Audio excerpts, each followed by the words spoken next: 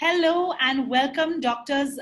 Very privileged to have you here. Today we are talking about anemia. It's a panel discussion on anemia awareness and why More Than Bara is so important for Indian women. I'm going to take this opportunity to first introduce each and every one of these esteemed doctors on my panel today, who I'm very excited to chat with. I'm going to start with Dr. Usha Didwania. Thank you for being here. She's a consulting obstetrician and gynecologist. Dr. V. Padmaja, MD obstetrician, infertility and IVF specialist. Dr. Shamala Devi, obstetrician and gynecologist. Dr. Archana Kumari, associate professor, Department of OBGYN, RIMS Ranchi. Dr. Pratima Mittal, HOD of ONG, Safdarjung Hospital, New Delhi. So today the topic we're talking about is anemia, and for Indian women, how important it is. I want to start by saying that more than 38,000 doctors have united for More Than Bara. This is a very recent campaign and a very, very important topic. So 38,000 doctors have united for More Than Bara to make India anemia free. Today's event that we are talking about is in association with MCure, who is in association with FOXI. So I hope you did know, this is very important, an important fact, that lower iron levels in the body, which is lower hemoglobin, equals to lower immunity. That's exactly why 38,000 doctors from across India swear to make India anemia free. On August 15th, actor and author Twinkle Khanna digitally launched a nationwide campaign called Anemia Free India, with the aim to spread awareness on this widespread condition that barely gets spoken about. So I'm very excited to chat with each and every one of you and can't wait to hear your views. I'm going to start by asking a few questions. I will, of course, call your name out before asking you. Dr. Didwania, can I please start with you? I'd like to ask you, what does more than 38,000 for More Than Bara symbolize? Pass this question. Okay. Sorry, should I go to the next person? Yeah. So, Dr. Padmaja, I want to ask you, what is the importance of iron for the health of pregnant and lactating women? Basically, iron is important for maintaining the hemoglobin. And this hemoglobin is the basic molecule which takes oxygen that we breathe in and supplies it and delivers it to every organ in the body. It's like the fuel in our car. So nothing moves without that. And oxygen is the one that makes that fuel. So it is important not just for pregnant women and lactating women. It is important for every cell in every human body to work normally, irrespective of our age. But we are concentrating on women and girls because we realize that adolescent, a girl of 12, our basic idea is a girl of 12 should be having hemoglobin of 12. So if we can ensure that, we know this healthy girl will become a healthy woman. And if she is healthy, she will have a healthy baby. And that is how the health of the nation runs. And unless the woman has the energy, whether she's a daughter, whether a mother, a wife, or a grandmother, because the entire family revolves around her and the entire health status revolves around her. So unless she is energetic and able to do things well, nothing runs well. So that was the basic idea why we said we need 12. Yes, absolutely. And I'm going to come back to you for some more questions on low iron because that's an important part of this.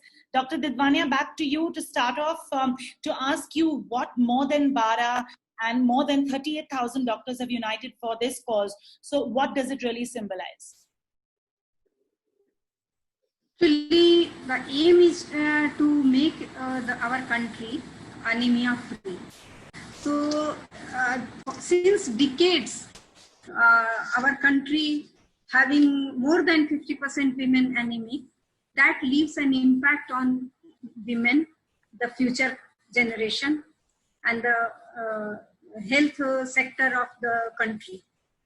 So, we have to proceed for achieving the country anemia free. So for that, government also announces Anemia Mukt Bharat since 2018, and this is targeted to the children, adolescents, pregnant, lactating women, and all other women of reproductive age.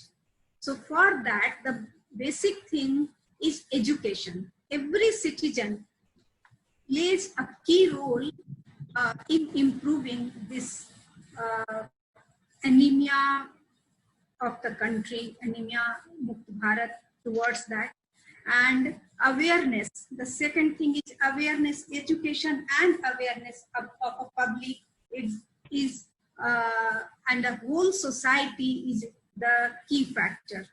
So healthy, balanced diet, exercise, refraining from smoking for all pregnant women and this reproductive age women, then regular health checkups. Then we should go for camps in the slum area or in a rural area where those are also vulnerable area where we get more cases of anemia. And then screening tests should be done for high risk population to detect anemia, worm infestation and infection.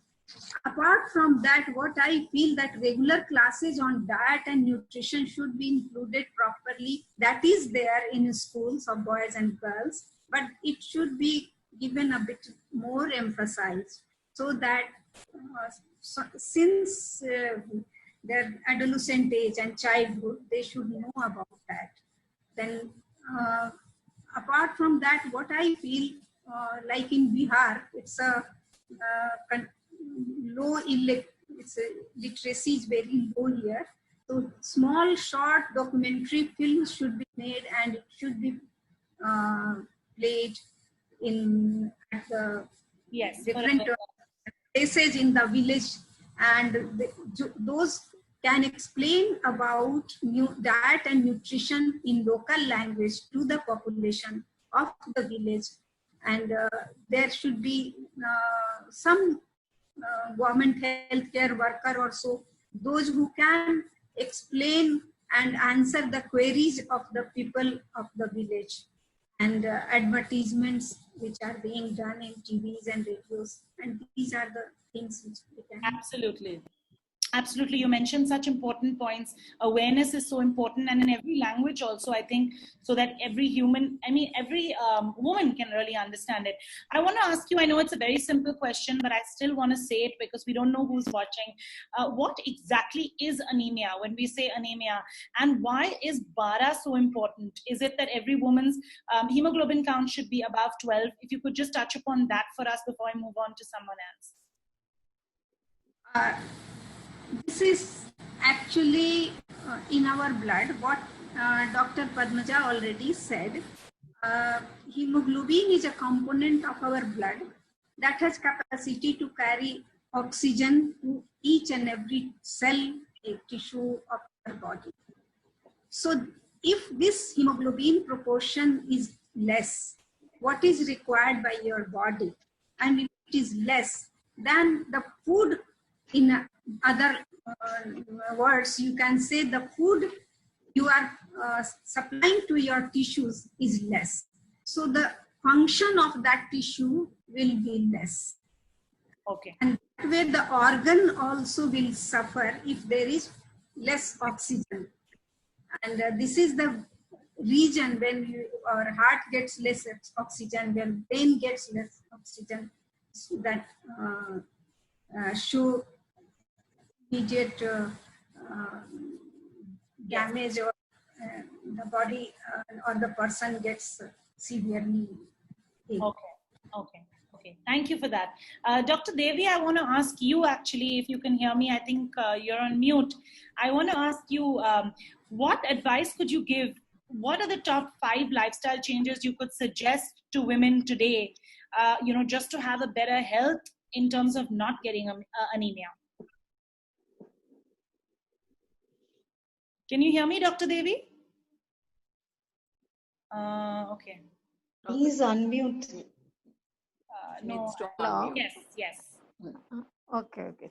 Thank you for that. And it was an unmute. Exercise, we can ask them to have regular exercise for walking, yoga, all these things. Because it is got a very help, because they have to work in the sunlight, because vitamin D is very essential for hemoglobin synthesis also. Suppose we don't give iron alone, it will not be. So vitamin D also is. So we have to tell them the going out and doing workouts in the sunlight. They should get the sunlight from up to 10 o'clock, 11 o'clock in the morning, and after 3 to 6 in the evening also. And regular exercise they have to go for. They can do whatever exercise they are used to do. Whatever they used to do, yoga, meditation, all this they can do. They can go for walking, morning walking or evening walking half a time. All this is very important in there, and they have to have the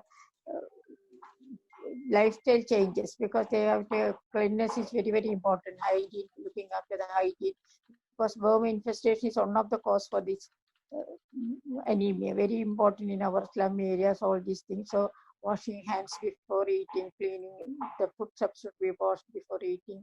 All these are very important. So education is very, very important. So you have to educate them. We have to, as Madam has said, we have to give them leaflets regarding the food sources of iron-rich food, what are the food they have to give, what are the things they have to avoid.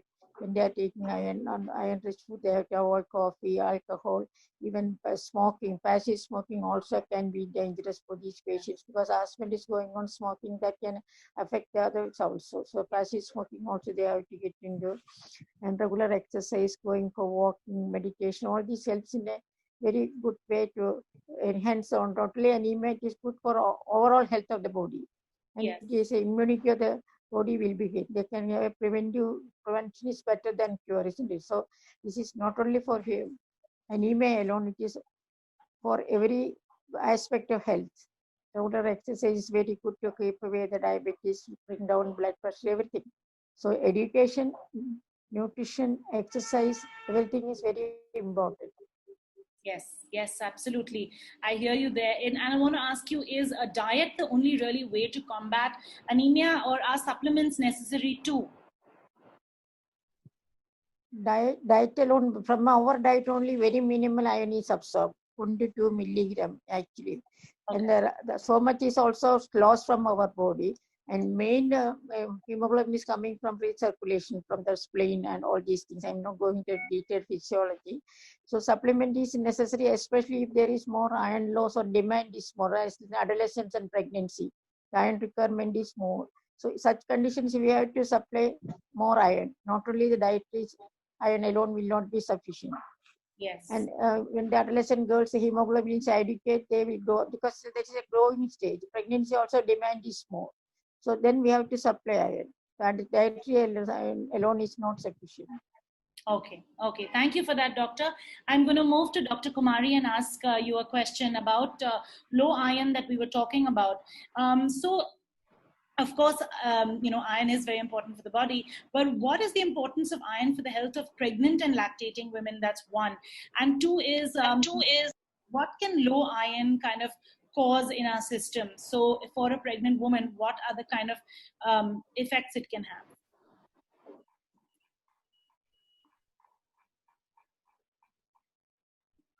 Dr. Kumari, can you hear me? Yeah. Yeah. Actually, I got some disturbance in my net. So your question was, what is the impact of low iron level on the pregnant and lactating women? Yes. I could hear that.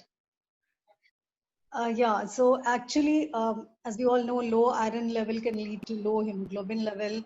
And of course, anemia has very important implication on pregnant women's health, because we know the iron demand increases during pregnancy. And iron deficiency anemia is the most important cause of anemia in our country. And anemia can actually leads to not only maternal morbidity, but it is also the most important indirect cause of maternal mortality. The place where I work, Jharkhand, it's basically a state with predominance of tribal population. We see women coming to our labor room and OPD with hemoglobin of 4 gram, 5 gram during pregnancy. So this low level of hemoglobin or this severe kind of anemia can have tremendous impact on pregnancy, like it can lead to increased incidence of preeclampsia, increased incidence of PPH, APH. PPH is what is hemorrhage, that the bleeding which occurs after birth, and that that is also an important cause of maternal mortality. Anemia itself contributes to about 1/3 of the cases of maternal mortality. And not only this, low level of hemoglobin can lead to cardiac failure and all these complications during pregnancy, and even after pregnancy, that is after delivery, there's increased risk of infection, puerperal sepsis, which we call. So these are the impact, very, very serious impact of anemia on the mother's health. And that is why we always stress that mothers should have a hemoglobin of at least 12, the importance of BARA. And as Dr. Padmaja was telling, if the the women enters the reproductive age with hemoglobin 12, we are able to maintain, or during pregnancy, maybe we will need the supplement, iron supplement, to maintain the hemoglobin level and to reduce these complications during pregnancy, and of course prevents serious complications of anemia during pregnancy. Sorry. Yes, I absolutely hear you. And I want to ask, can iron deficiency really lead to infertility issues within women? Is this something they need to look in way before even planning a child? Yeah, of course, there are evidences which suggest that iron deficiency can be related to infertility, because ultimately it is the iron in the hemoglobin which is the carrier of oxygen to different tissues of the body, including the ovaries and uterus, which are the reproductive organ. So if there's less oxygen supply to the ovaries because of the anemia, egg quality will be of little defective egg quality, or a poor quality eggs, that can lead to infertility. Or poor oxygen supply to the uterus also can lead to implantation failure and increased risk of miscarriage. So it is very important that if women is planning a pregnancy, during preconception counseling, we optimize her iron level. And of course, there are other issues which we have to do for preconception counseling. But of course, buildup of the iron is one very important thing which we should do before her conception. Absolutely. Thank you for that, Doctor. Dr. Mittal, I want to ask you a little bit about what we're going through currently. During COVID-19, everybody is only talking about immunity, and how it is so important. Pregnant women shouldn't really leave the house. So I wanted to ask you, what is the effect of COVID-19 on pregnant women who have iron deficiency? And, how does an optimum iron level in pregnant women really contribute to good immunity, and it really helps them?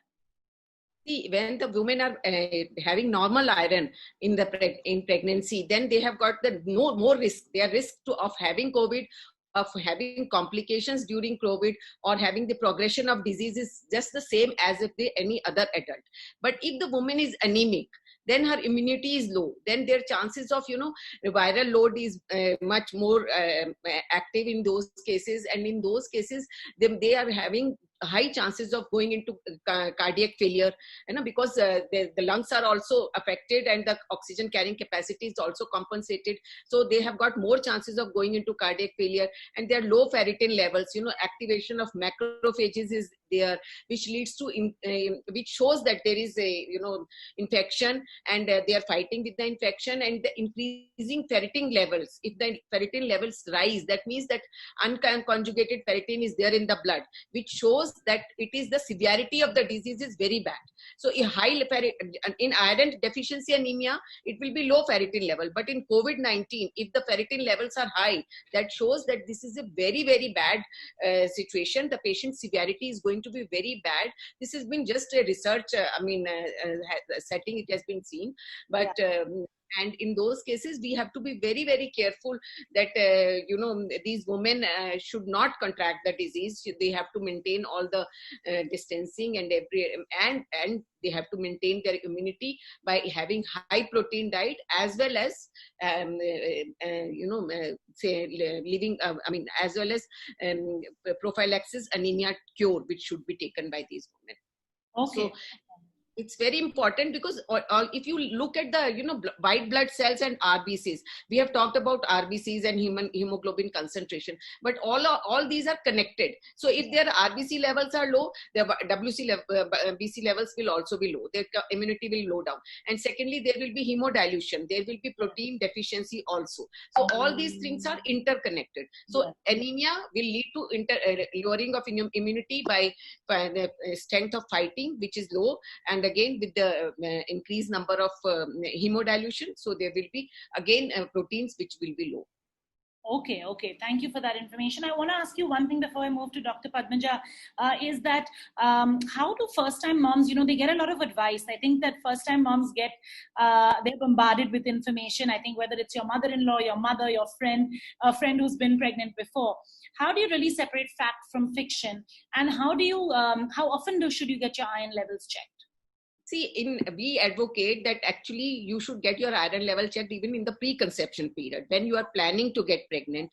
Then when you get pregnant, every trimester at least you should have your iron checkup done. First trimester, second trimester, third trimester, and at least after 36 weeks, one iron checkup should definitely be done to see if you need any treatment for that, or if we need any special precautions to be taken during delivery. Okay. Thank you for that, doctor. Thank you. Dr. Padmaja, just moving to you, I want to ask you a little bit about iron deficiency and the effects of it on any woman, not only a pregnant woman, and how they can kind of overcome it. Anything that you suggest, because I know exercise is very easy to say, a good diet is very easy to say, but any other tips that you could share with us? The thing, like most of the time, women don't realize they're anemic. Because what happens is, every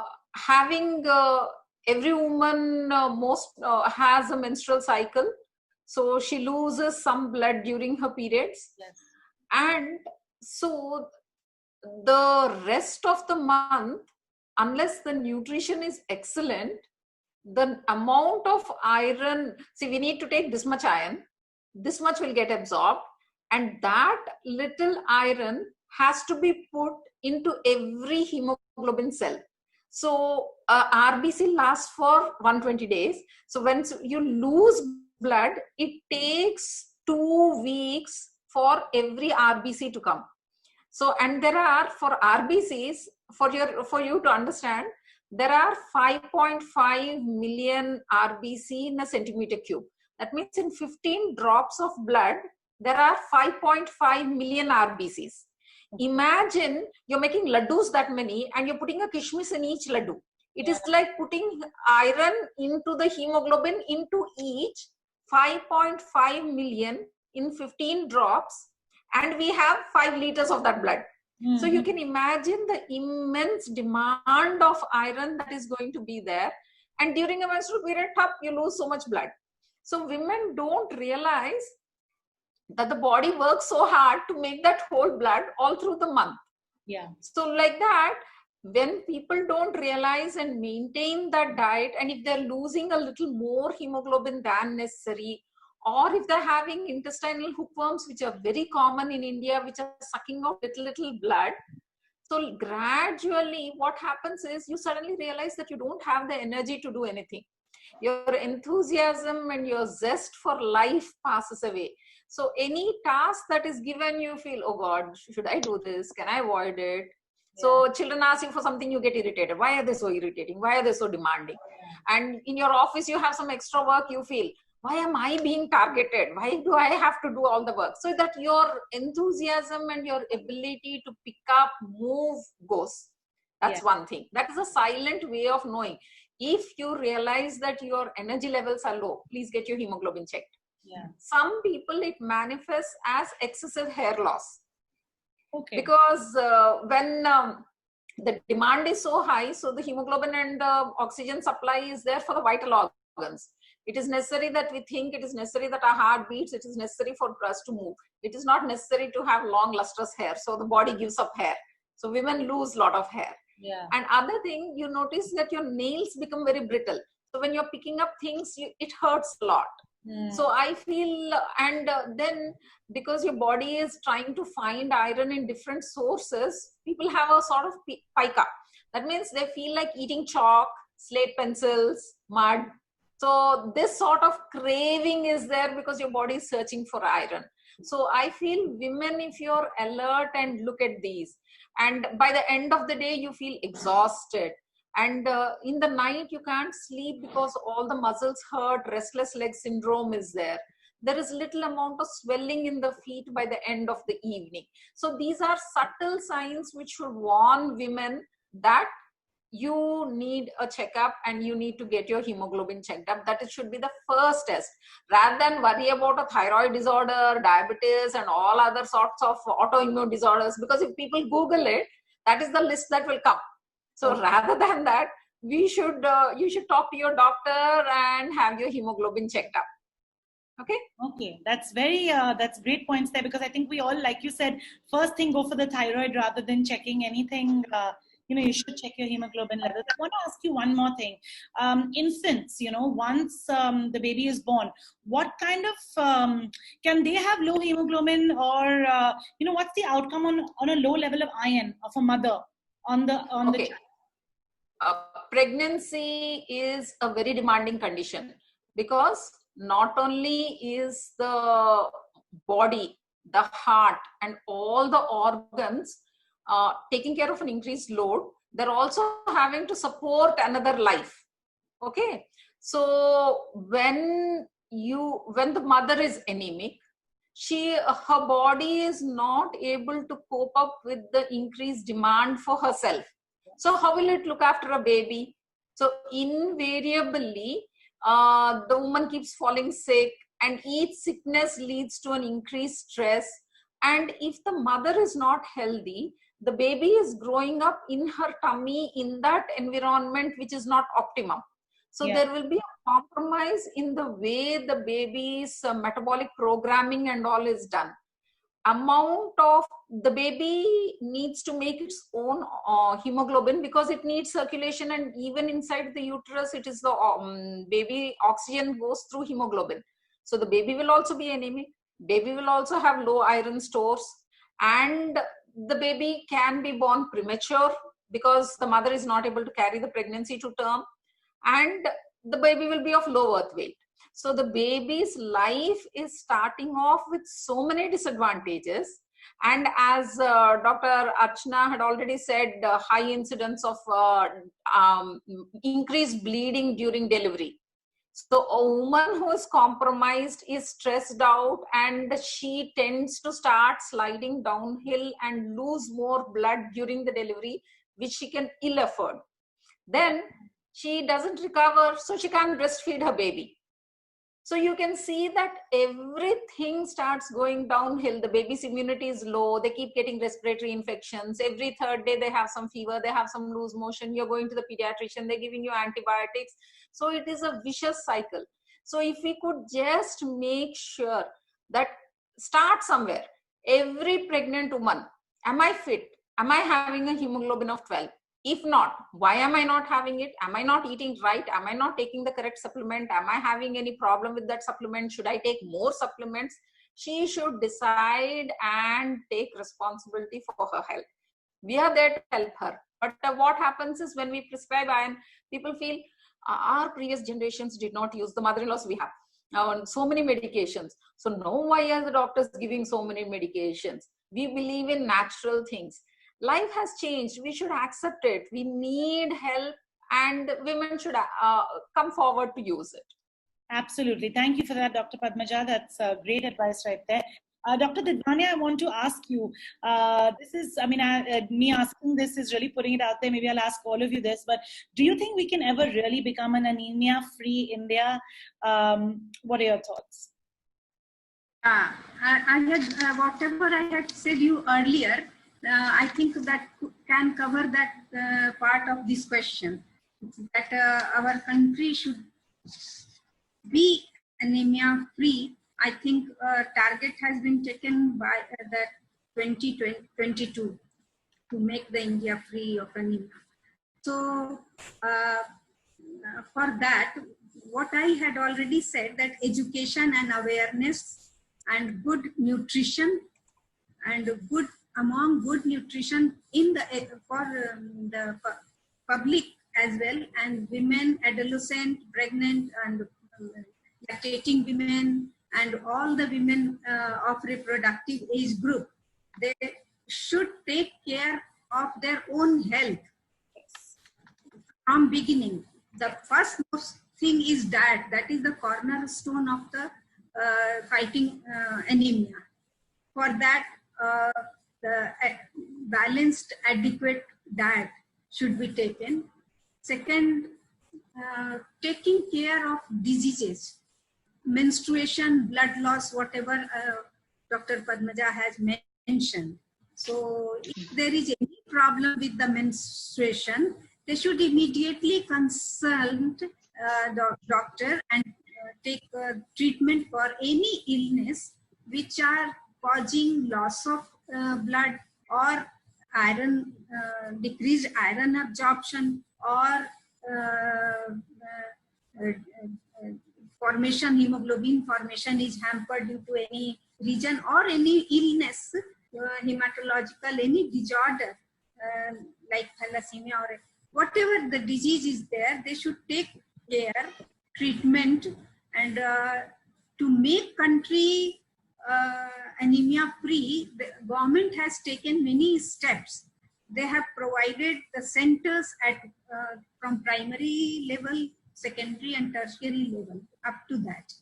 And people still ignore about their health. Yeah. That is most important thing. They should be educated for that.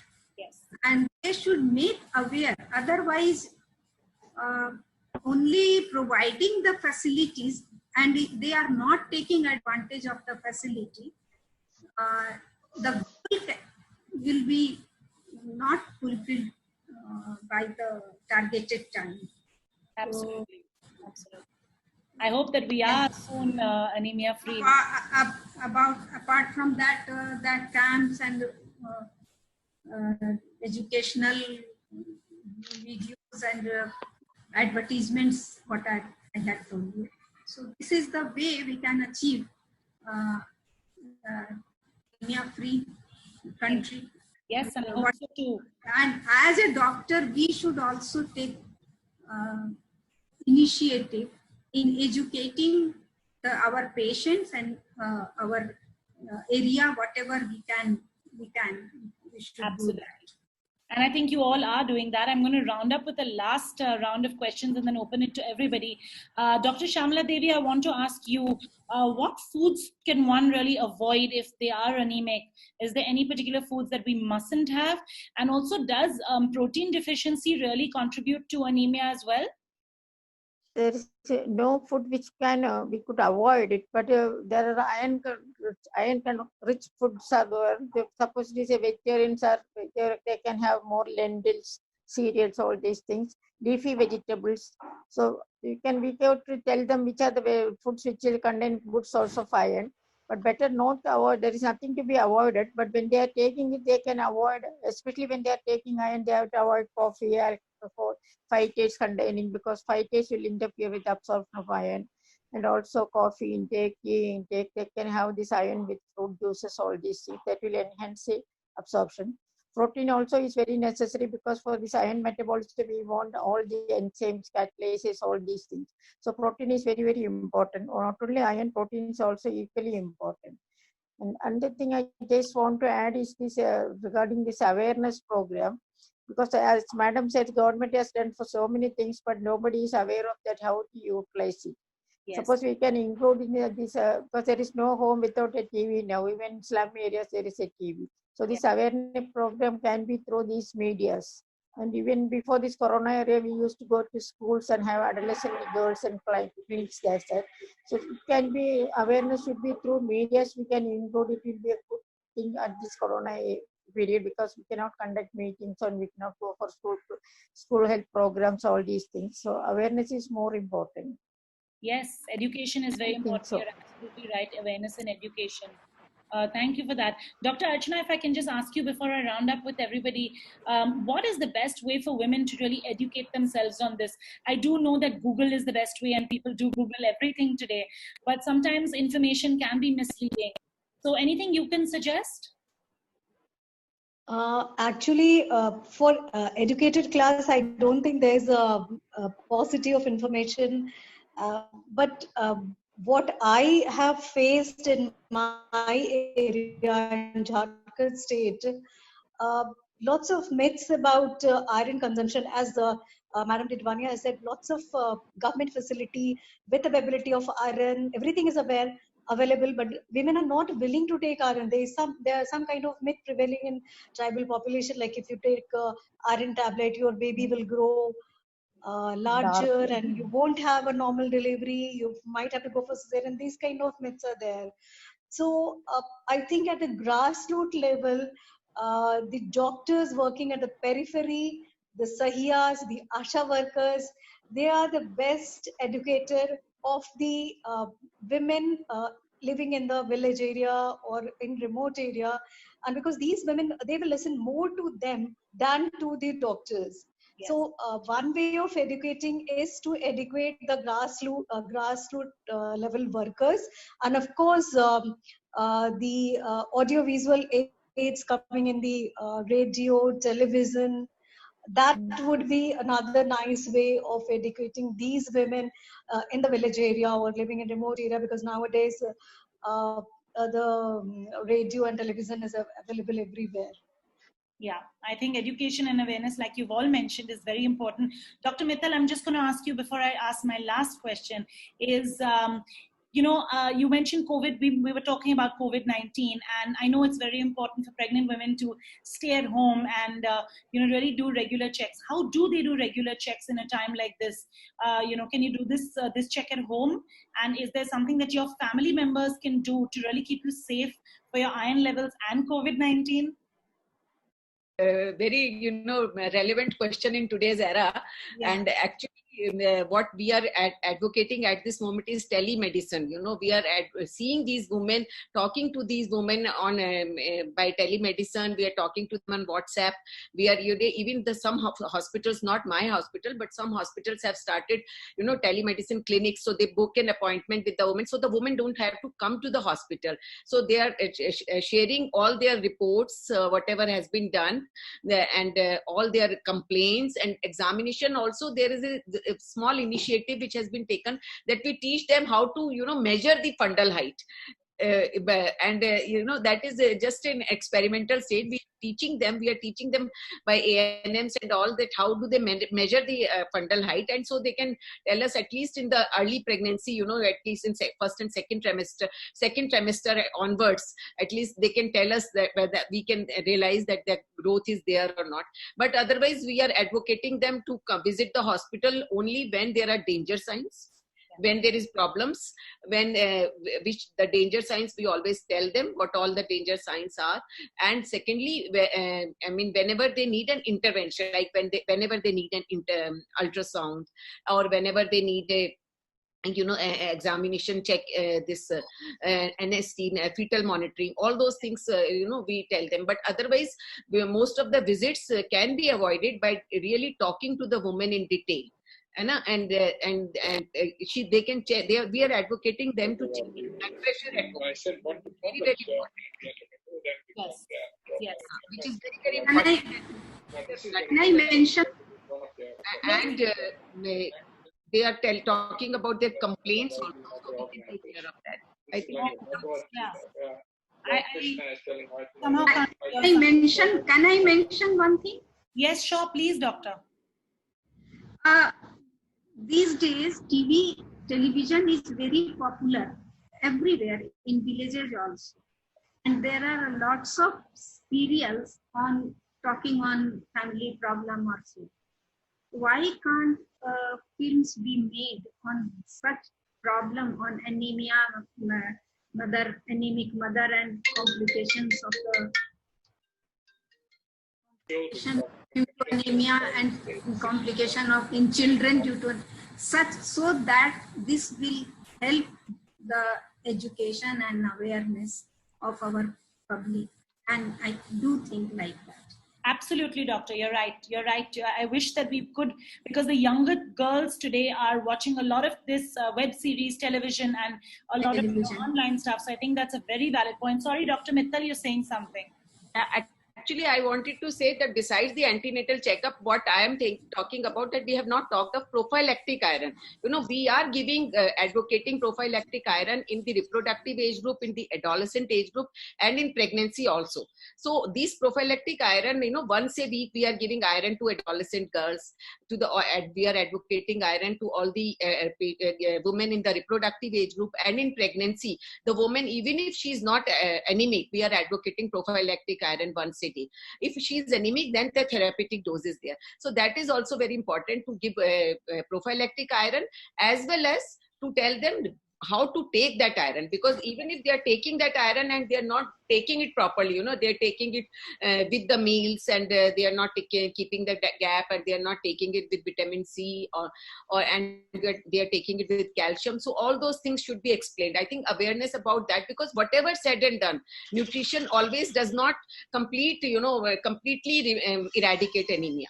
So we have to give prophylaxis iron, especially in pregnancy and in adolescent age group, to all the girls. So that has to be really emphasized, and importance has to be given to these things to all the girls in the family. Absolutely. Thank you. One more thing, madam. Can I add one more thing, madam? Yes, please. Yes, please. Hello. Yes, please. Go ahead. Because all of us are having these clinics, etc. We are used to take antenatal classes for all these pregnant women. When they are allowed to have their husband or mother-in-law along with them. So during these antenatal classes, we can highlight the importance of taking iron, what are the problems their mother is going to have, the complications, how the baby is going to be benefited. So antenatal classes are the ideal place we can explain to them about all these things, the importance of taking iron, how it is going to help them. And we used to give pamphlets also. What are the foods containing iron, how to take it, what they have to avoid when they are taking iron, and the exposure to vitamin D, needs for vitamin D, etc. So we can make pamphlets and we can distribute it to the patients, and they come to the OP, or as madam said, AYA workers can give it to them at the field. All this is in antenatal classes we can explain to them. That is what we are doing in ours. Yeah, that's very good. I do give pamphlets to the patients. That's a great suggestion. Yeah. A great suggestion, actually. Thank you for that. I'm going to end with my last question, which is open to everybody. Dr. Padmaja, I'm going to start with you. My question is, since we are primarily a women-based platform and we are talking to women today, could you give any one key advice that you could share, on this topic, and how they can really make that change and difference? I believe, like our president of FOGSI started off the campaign getting his hemoglobin done, and he said, I have more than 12. So all our FOGSI office bearers, as doctors, we do it ourselves. We display proudly that not the wealth that we have, not the richness that we have, but the richness in our blood, and that we have 12.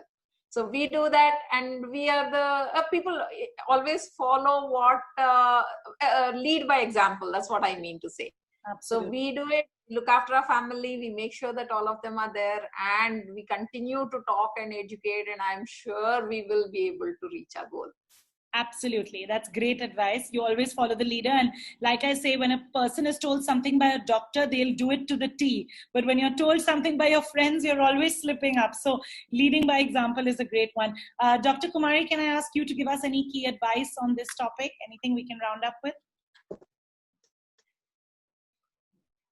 Yeah, I think the women should pay attention to their hemoglobin level, whether they feel low or any resistance. Yes, absolutely. Dr. Mittal, can I ask you to shed light on this? Yeah, I will just say that 12 months in a year, so 12 hemoglobin for all the girls. Yes, that's lovely. A great statement to end with. Dr. Didwania? Even today, the antenatal checkups in our country is not 100%, very little.